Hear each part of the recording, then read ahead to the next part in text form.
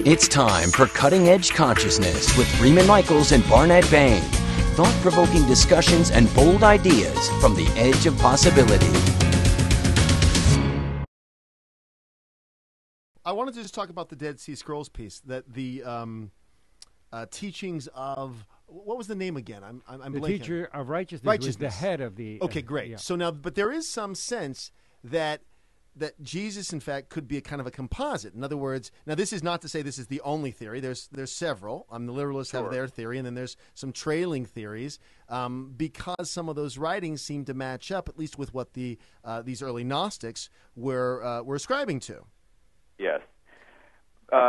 Freeman, that's an excellent point, and I think that the quick case to make for your listeners is just a reminder that the only written accounts of the man of a life, the man named Jesus from Nazareth, appear in the four Gospels.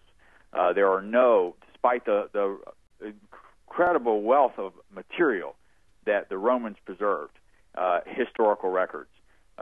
There's no ancient contemporary historian who even mentions Jesus.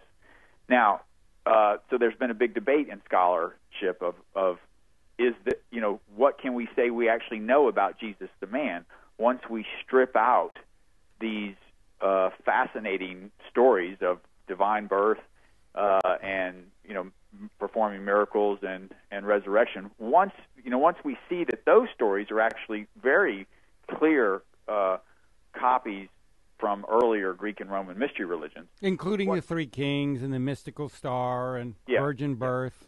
Yeah, all this stuff is outlined in detail in my book, The Gnostic Mystery, and in many other books. This is every day this becomes more and more mainstream. Remember, 150 years ago, everyone in the Western world believed that God created the world in 7 days, and then geologists came along and people like Charles Darwin and now 90% of the population understands that the book of Genesis is really mythological, and it's more and more people are getting that same notion about Christianity today.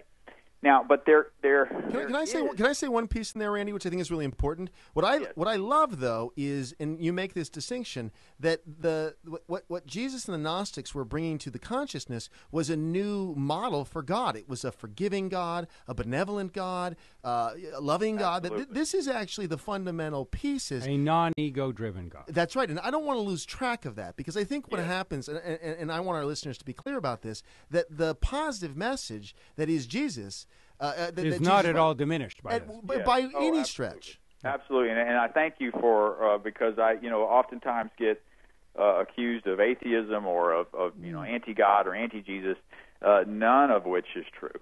I'm not anti anything, and I certainly the Jesus to me personally is one of the most profound and revolutionary teachers of all time, and I strive every day to walk the walk that that he did, in my everyday life. I mean, but I can do so without believing, when I can dispatch with some of the fiction, some of the superstition, and I can, there was some of the superstition, exactly, and namely the fear and the guilt. That's it. That we talked about early on. That's it. That's kind of being built in. That's really the crux of it. The other stuff, they're stories. That's great. But when it gets to, if I'm afraid of God, or if I'm fearful, if I'm feeling guilty for my existence, some original sin, that to me is something that has to be undone. And the way it was undone for me was looking deeply at some of the source of those things. And so, but you'd asked, about the Essenes and the authors of the Dead Sea Scrolls and how they fit into this. And again, there are many, many theories about who Jesus was and what he where he fits into the historical context. But the argument that I make in the book is that Jesus may very well have been the founder of the Essene sect, someone who was called the teacher of righteousness. The similarities between the two are very, very striking, and Professor Aval Eyegard makes that case quite succinctly in a book called Jesus 100 Years Before Christ, because that's actually the time of the forming of the Essene movement. The authors of the Dead Sea Scrolls, and they like the Christians before them or Christians after them. The Essenes, practiced baptism. They referred to all their members of saints as saints. They were teaching a new and radical form of Judaism that looked at the Old Testament in new and fascinating ways. And as these Essenes, who moved and lived throughout the Roman Empire, not just in Jerusalem, but throughout the Roman Empire, they became exposed to the ideas of the dying and resurrecting demigod that was inherent in the mystery religions. And what was important about the mystery religions and what their big contribution was a benevolent God. Mm. Because prior to Jesus and prior to these other mystery religion gods, the gods of Rome and the Empire, Zeus, Jupiter, and including Jehovah of the Old Testament, were gods to be feared. The idea of a personal relationship with a god was not, it's so different from what we have today. We take it for granted. 2,000 years ago, the gods, you had to appease them through sacrifice, and you feared them. You strove not to get in their way.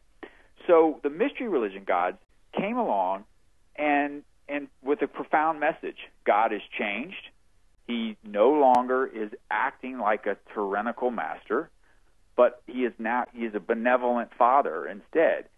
And to prove it, he has offered his son as the last and final sacrifice. So we can stop all this sacrificial nonsense. We put closure on that whole developmental stage of our relationship with the divine. So exactly.